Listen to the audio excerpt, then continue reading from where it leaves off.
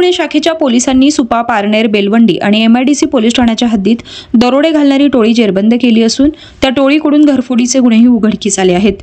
25 जानेवारी 2025 रोजी रात्री योगेश खंडू शेरकर यांचे घर फोडून चोरांनी आत प्रवेश केला होता.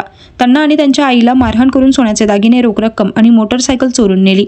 याबाबत योगेश शेरकर यांच्या फिर्यादीवरून पारनेर पोलीस ठाण्यात गुन्हा दाखल करण्यात आलाय.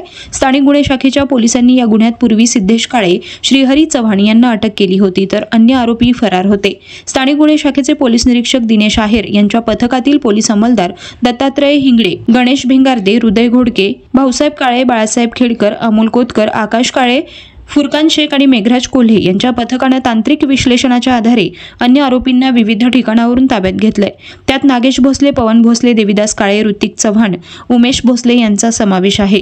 ताब्यातील आरोपींनी सुपा MIDC नारायणगाव पोलीस ठाण्याच्या हद्दीत गुन्हे केल्याचं उघडकीस आलंय. ताब्यातील आरोपींनी गुन्ह्यातील चोरीचा मुद्देमाल वाटून घेतल्याचं सांगितलंय. सोने सारोळा येथील सोनार पवन राजेंद्र बाफना यांना विक्री केल्याचं सांगितलंय. आरोपींना पारनेर पोलीस ठाण्यात हजर करण्यात आलंय, तर पुढील तपास पारनेर पोलीस करत आहेत.